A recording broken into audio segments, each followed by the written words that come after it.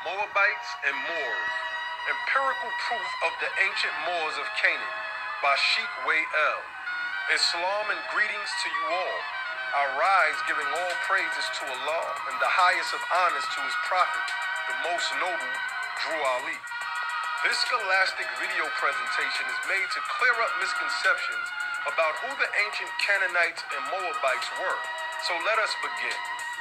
In our holy book, the Holy Quran of the Moorish Science Temple of America, where our true history is housed, at chapter 47, Egypt, the capital empire of the Dominion of Africa, we read, "The inhabitants of Africa are the descendants of the ancient Cannanites from the land of Canaan. Old man Cush and his family are the first inhabitants of Africa who came from the land of Canaan. His father Ham and his family were second. Then came the word Ethiopia, which means the demarcation line of the dominion of Amexem, the first true and divine name of Africa, the dividing of the land between the father and the son. The dominion of Cush, northeast and southeast Africa, and northwest and southwest was his father's dominion of Africa. In later years, many of their brethren from Asia and the Holy Lands joined them. The Moabites from the land of Moab, who received permission from the pharaohs of Egypt to settle and inhabit northwest Africa. They were the founders and are the true possessors of the present Moroccan Empire, with their Canaanite, Hittite, and Amorite brethren who sojourned from the land of Canaan seeking new homes. Their dominion and inhabitation extended from northeast and southwest Africa, across Great Atlantis, even unto the present North, South, and Central America, and also Mexico and the Atlantis Islands before the great earthquake which caused the great Atlantic Ocean. Many people believe that the Arabian Peninsula is separate from Africa. In fact, the only thing separating the two is the Red Sea.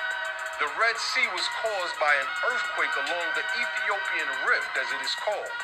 This is like saying the Mississippi River creates two different land masses, and also saying that they are separated from each other and that the people, because they are separated, are not related.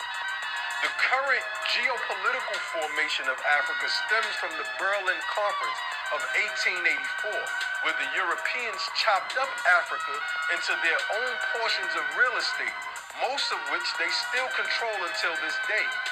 Arabia was left off of this map and out of our minds and out of our hearts. Let us look at what the early scholars had to say about the inhabitants of ancient Canaan. In the book Anacalypsis by the indefatigable scholar and archaeologist Sir Godfrey Higgins, we read, "It was the opinion of Sir William Jones that a great nation of blacks formerly possessed the dominion of Asia and held the seat of empire at Sidon. These must have been the people called by Mr. Maurice Cushites or Cuthites, described in Genesis, and the opinion that they were blacks is corroborated by the translators of the Pentateuch called the 70, constantly rendering the word Cush by Ethiopia. It is very certain that, if this opinion be well founded, we must go for the time when the empire flourished to a period anterior to all our regular histories. It can only be known to have existed from accidental circumstances which have escaped amidst the ruins of empires and the wrecks of time. Of this nation we have no account, but it must have flourished after the deluge, and as our regular chronological systems fill up the time between the flood and what is called known, undoubted history, if it be allowed to have existed, its existence will of course prove that no dependence can be placed on the early parts of that history. It will shew that all the early chronology is false, that the story of this empire is not told. It is certain that its existence can only be known from insulated circumstances, collected from various quarters and combining to establish the fact. But if I succeed in collecting a sufficient number to carry conviction to an impartial mind, the empire must be allowed to have existed. Sidon is one of the most ancient cities in ancient Canaan. In the biblical eponymous chronology, Sidon is the firstborn son of Canaan. We find a striking correspondence in the Amana letters from the ruler of an ancient Cannanite city called the Gubal. The ruler, Eli-Rapi, is pleading for assistance from Akhenaten or a successor against the Hephital, Hebrews of Joshua. This correspondence dates between the years of 1350 to 1335 BC, the years closely attributed to the raiding of Canaan by Joshua. In EA 139 of the Amana letters, EA meaning El Armana, under the title A New Voice, an Old Story, sent by Eli-Rapi, we read, "To the king, my lord, my son, message of Eli-Rapi, your servant, message of Gubla, your maidservant. I fall at the feet of the Lord, the sun 7 times and 7 times. Do not neglect Gubla, your city, and the city of your ancestors from most ancient times. Moreover, behold Gubla, just as Hittah, so is Gubla to the king, my lord. Do not neglect the delicts of a servant, as for he acted as he pleased in the lands of the king." I would venture to think that it would have been a sign of disrespect to tell the Pharaoh that the city of Gubal or Gubla was the city of the Pharaoh's ancestors from the most ancient of times, if this were not the truth. This gives credence to the fact that the ancient Cushites and Hamites did come to Africa from ancient Canaan. The city of Gubal or Gubla boasts of having the world's longest inhabited city, dating back to around 6230 BC. So here we have testimony based on an early archaeologist and scholar, corroborated by contemporary sources that backs up Prophet Drew Ali's claims that Canaan is indeed the ancestors of Cush and Ham, those whom sat upon the throne of ancient Egypt. Let us see what other early notable archaeologists and scholars had to say about ancient Canaan, which was called Phoenicia by the Greeks because of the palm trees and the purple dyes produced there. In the book Prehistoric Nations by John Dennison Baldwin, we read, "It will appear that the people called Phoenicians were a branch of the great Cushite race, and that the country they occupied was originally a part of that empire of Kushadweepa, which extended from the Erythraean Sea to the Mediterranean." Mr. Rawlinson, in his essay on the ethnic affinities of the nations of Western Asia, states the immediate result of investigation to be that Hamites or Cushites preceded Semitic and Aryan civilization throughout the whole region, and he names Arabia, Babylonia, Susiana, Philistia, Sidon, Tyre, and the country of the Hittites as points where their traces are noticeable. The primeval Canaanites indeed were of the race of Ham, i.e., they were Cushites, and no doubt originally spoke a dialect closely akin to the Egyptian. We will now cite from the works of that indefatigable scholar, Sister Drusilla Dungy Houston's book, Wonderful Ethiopians of the Ancient Kushite Empire, which is a must-have for every Moorish American Muslim.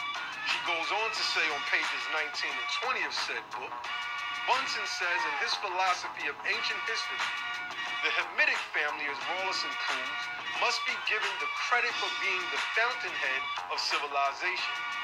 This family comprised the ancient Ethiopians, the Egyptians, the original Canaanites, and the old Chaldeans. The inscriptions of the Chaldean monuments prove their race affinity. The Bible proves their relationship.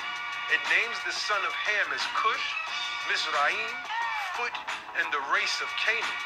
Mizraim peopled Egypt, and Canaan the land later possessed by the Hebrews.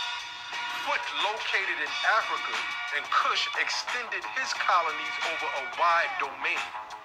She concludes, Bunsen concludes by saying, Cushite colonies were all along the southern shores of Asia and Africa by the archaeological remains, along the southern and eastern coasts of Arabia.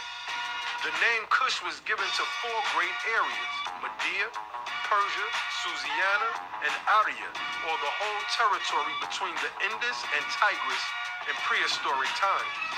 In Africa, the Ethiopians, the Egyptians, the Libyans, the Cannanites, and Phoenicians were all descendants of Ham. They were a black or dark-colored race and the pioneers of our civilization. They were emphatically the monument builders on the plains of Shinar and the valley of the Nile from Meroe to Memphis. In southern Arabia, they erected wonderful edifices. They were responsible for the monuments that dot southern Siberia, and in America, along the valley of the Mississippi down to Mexico and in Peru, their images and monuments stand a voiceless witness. This was the ancient Kushite empire of Ethiopians that covered 3 worlds. Biblical dictionary gives us what the biblical definition is and what the actual meaning is. It reads for Ham, warm, derived from the Egyptian Kim, dark. One of the sons of Noah, perhaps the third if Japheth was the elder brother, settled in Africa and also sent many branches into Asia, Cannanites. There is no ancient name so well preserved and located. Ham is identified with Jupiter Ammon and also Zeus because both words are derived from a root meaning hot, fervent, or sunburnt. For the last 3,000 years, the world has been mainly indebted for its advancement to the Semitic races. But before this period, the descendants of Ham, Egypt, and Babylon led the way as the pioneers in art, literature, and science. These are the ceramic tiles depicting Cannanites from the temple of Ramesses III from the 20th dynasty. This Cannanite right here looks like I crawled right out of his gene pool with the dreadlocks and sharp Hamitic features. We know the Cannanites, especially by the headband. Here is another brother, an ancient Cannanite, shown with the headband on, and he, ironically, looks just like a younger Dr. York. These are how the Egyptians depicted the Philistines or the Cannanites. The feather is a Libyan feature, and the headbands are there for you to see their descent line from ancient Canaan.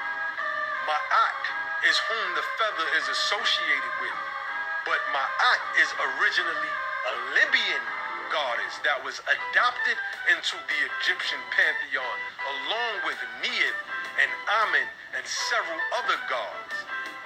Here we have Parehu, the only chief of Punt ever named in ancient records.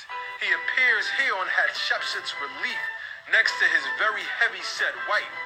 Notice her headband, a Cannanite feature. Some propose Punt to actually be in North Africa and have related the term to the Libyans or Tehenu, which means Westerners. Walls of Egypt as a voiceless witness to all. Look at the features of this brother on the end. It proves to you how these ancient Moors looked from the land of Canaan. He is said to be a king of Mitanni, who at one point were closely allied with the Hittites. Look at his royal garb, copied today right in front of your